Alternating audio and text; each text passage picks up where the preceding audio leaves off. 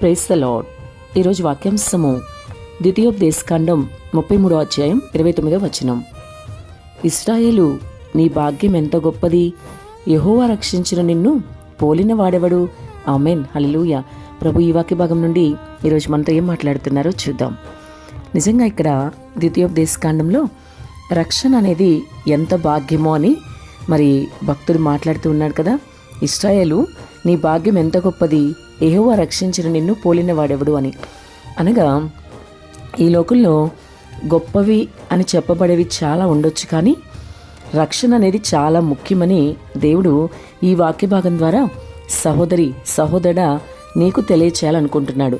కాబట్టి దేవుడు కోరుకునే రక్షణ నీవు ఈరోజు కలిగి ఉన్నావా లేవా అనేది ఒక్కసారి ఈ వాక్య భాగం నీ వద్దకు వస్తున్నప్పుడు ప్రభు నీతో మాట్లాడుతున్న ఈ సమయంలో నిన్ను నీవు పరిశీలన చేసుకోవాలి. చాలామంది క్రైస్తవులు ఎప్పటి నుంచో చర్చికి వెళ్తున్నప్పటికీ కూడా వాళ్ళు రక్షణ లేకుండా చాలామంది ఉంటూ ఉన్నారు. చాలామంది ఈ మాట వింటూనే భయపడిపోతారు. అమ్మో, బాప్సం తీసుకోవాలా అని భయపడేవాళ్ళు ఎంతమంది లేరు. మరి క్రైస్తవుడా, ఒక్కసారి ఆలోచించు. రక్షణ లేకుండా నువ్వు ఎంత కొనసాగిన ఏంటి ఉపయోగం నీ జీవితం? రక్షణ చాలా ముఖ్యం కదా. ఎందుకంటే మరి సువార్తను ప్రకటించిన తర్వాత ఆ వాక్యం విని మరి ఎవరైతే నమ్ముతారో, నమ్మి బాప్సం పొందినవాడు రక్షించబడతాడు అని కూడా వాక్యం ఉంది కదా. అయితే చాలామంది ఈ నీటి బాప్సం తీసుకోవడానికి కూడా వెనకాడుతూ ఉన్నారు. అసలు నీటి బాప్సంతోనే అక్కడ కథ అయిపోలేదు. నీటి బాప్సం అయిన తర్వాత ఆత్మతో కూడా నింపబడాలి. దేవుడు కోరుకునే రక్షణ అంటే కేవలం నీటిలో మునగగానే నేను పరలోకానికి వెళ్తానులే అని అనుకునే వాళ్ళు కూడా చాలామంది ఉన్నారు. మరి వింటున్న వాళ్ళు ఎవరైనా అలా ఆలోచిస్తున్నారేమో. అందుకే దేవుడు మాట్లాడుతున్నాడు. మొదటిగా రక్షణ అనేది చాలా భాగ్యమని దేవుడు చెప్తూ ఉన్నాడు. ఇశ్రాయేలు, నీ భాగ్యం ఎంత గొప్పది అంటున్నాడు. ఎందుకంటే యెహోవా రక్షించాడు కాబట్టి. రక్షణ పొందని వారు మరి వాళ్ళు భాగ్యం లేని వాళ్లే కదా. మరి భాగ్యం లేని వాళ్ళంటే మరి దౌర్భాగ్యం అనే కదా అర్థం. అది అలాంటి దౌర్భాగ్య స్థితి ఎవ్వరికీ ఉండకూడదు.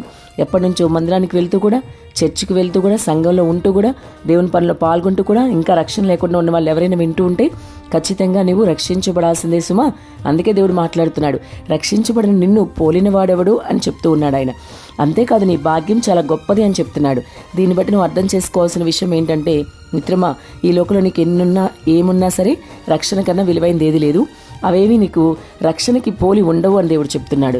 నీ ఇంట్లో ఖరీదైన ఫర్నిచర్ ఉండొచ్చు, నీ ఇంట్లో ఖరీదైన కార్లు ఉండొచ్చు, నీకు ఖరీదైన బంగ్లా ఉండొచ్చు, నీకు ఖరీదైన అన్ని విషయాల్లో కూడా ఖరీదైన వస్తువులు కలిగి ఉండొచ్చు.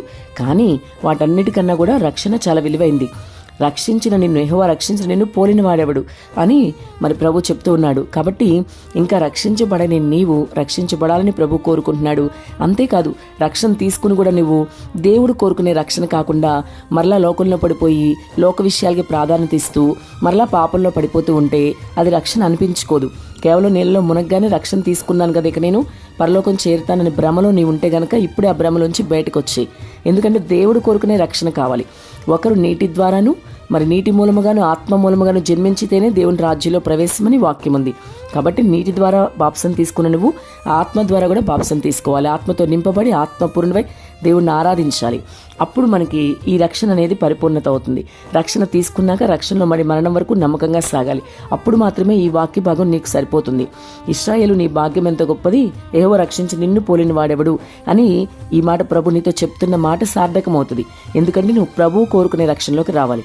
అంటే వాక్యానుసారమైన జీవితం జీవించాలి. ప్రభువుకి ఇష్టమైన విధంగా నీవు ఉండాలి. అప్పుడు మాత్రమే నీ రక్షణకి విలువ ఉంటుంది. లేదు, కేవలం నీటిలో మునగ్గానే రక్షణ వచ్చేసింది కాబట్టి ఇక నాకు విలువ ఉంటుందని నువ్వు అనుకుంటే మాత్రం అది చాలా 100% తప్పు సుమా. ఇప్పటికైనా మనసు మార్చుకో. మరి రక్షణ తీసుకోకపోతే ఇంకా రక్షణలోకి నడువు. రక్షణ తీసుకున్నా సరే నీ ఇష్టానుసారంగా జీవిస్తే అటువంటి పాప జీవితాన్ని విడిచిపెట్టి దేవునిలో మరి నూతనంగా మారు.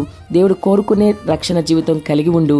అప్పుడు నిజంగానే నీ భాగ్యం ఎంత గొప్పది అని చుట్టుపక్కల వాళ్ళ అండమే కాకుండా నిన్ను పట్టి మాదిరిగా తీసుకుని అనేకులు దేవునిలోకి వస్తారు. కాబట్టి అటువంటి రక్షణ జీవితాన్ని నువ్వు కలిగి ఉండాలని ప్రభు కోరుకుంటున్నాడు. అట్టి కృప ప్రభు దయచేయునుగాక. ఆమేన్.